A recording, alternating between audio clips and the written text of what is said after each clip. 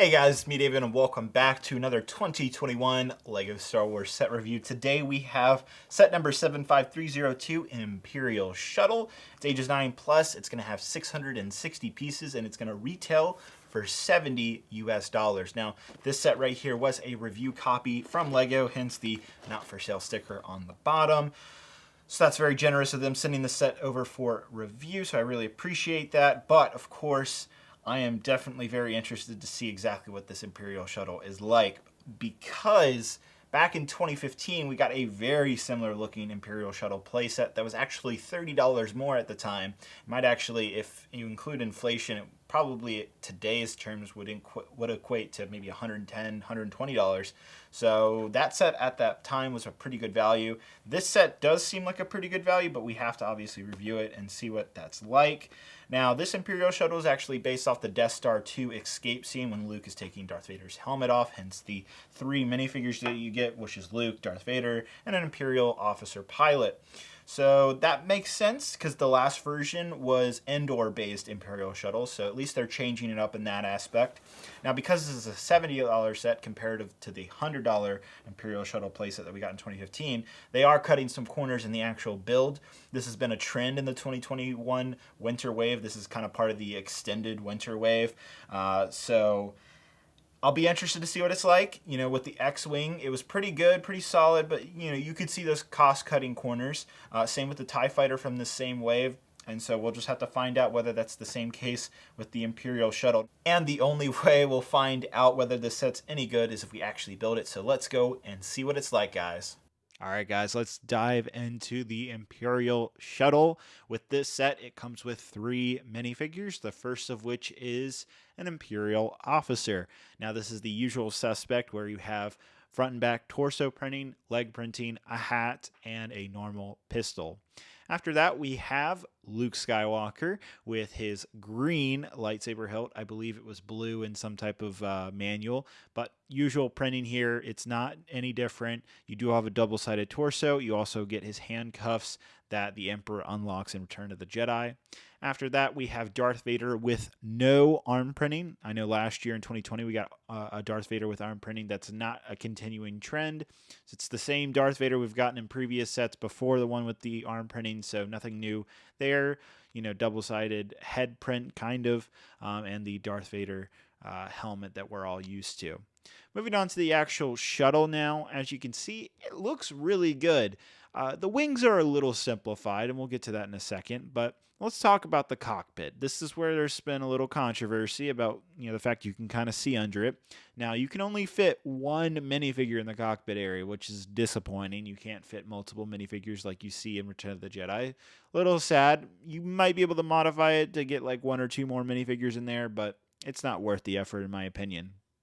Now, what a lot of you are wondering is, can you see the side of the minifigure and stuff? Because I know there was an image from Lego.com that kind of showed that. The answer is no. It's not really that visible. Is it a little bit? Yes, but it's not as visible as I think a lot of you had expected. Now, looking underneath the shuttle, you'll see we have some Technic pieces. That's going to act as your landing gear.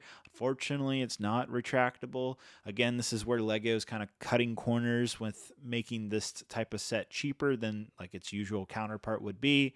The wings actually do fold down quite easily and in a good fashion. Like, they don't feel super loose or super tight, so it's a nice, easy way to put it in flight mode.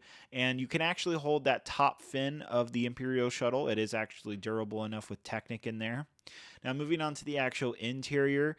Also, it's a good note to make that there is actually no stickers in the set, so that piece on the top of the interior is actually a printed piece.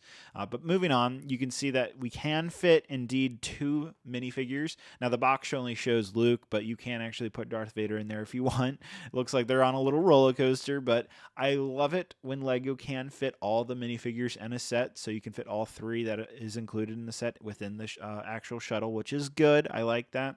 So again, taking a look at the set, you'll see the engines on the back, just got some trans blue tiles acting as that. Got a little yellow on the tip of the wings to act as little lights.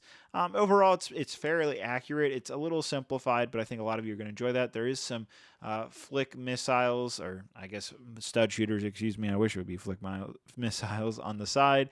And then we also have some like turrets that don't do anything on the back. So not too many play functions to the set, but overall, a really good one. All right, so we've seen the set now, guys. Personally, I actually think it's a lot better than I think a lot of fans imagined. I know there's a little bit of controversy about this part right here on the cockpit, being able to kind of see in right here. I don't think it's as big of a deal as some people made it out to be, especially on some of the pictures that LEGO had posted on Lego.com. In person, it looks a lot better, and I don't find it to be like an eyesore or something like that. So I don't think that's a big issue. For me, I think where this set kind of lacks, or there's like a little bit of a mistake in my personal opinion, is that it only comes with 3 minifigures. And for me, it's hard to believe that the new X-Wing, which I believe is $50, that comes with 4 minifigures. And this is $70. And it only comes with 3. I think they could have at least put 4 minifigures in this set. Another great example is like the ATST Raider set from The Mandalorian. That's a $50 set. That comes with 4 minifigures.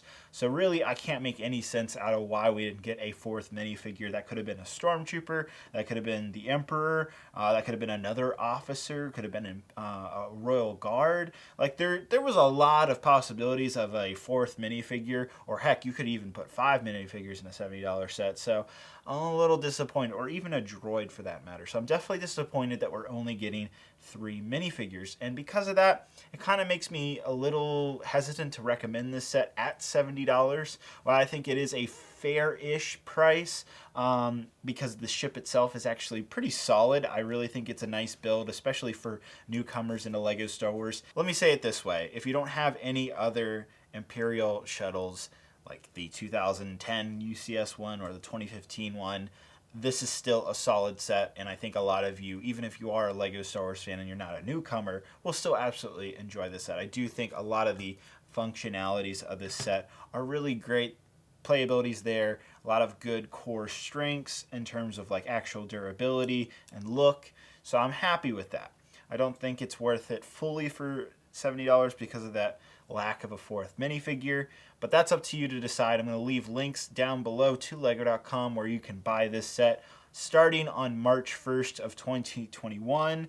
Now that link is affiliated, helps the channel out, so I appreciate that. Of course, this set was provided by LEGO for free, so I really appreciate that as well. But as you can see, I'm being honest, guys, I don't really necessarily think it's worth that $70 right out the gate.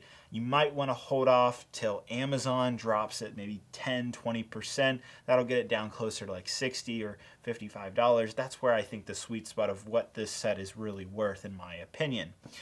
Let me know what you guys have to say down in the comments below. Were you expecting this set to be far worse or far better? I'm definitely curious. I still think it's a good set, but that 4th minifigure, guys. Hope you guys have a great and wonderful day. I'll see you guys later. Bye-bye.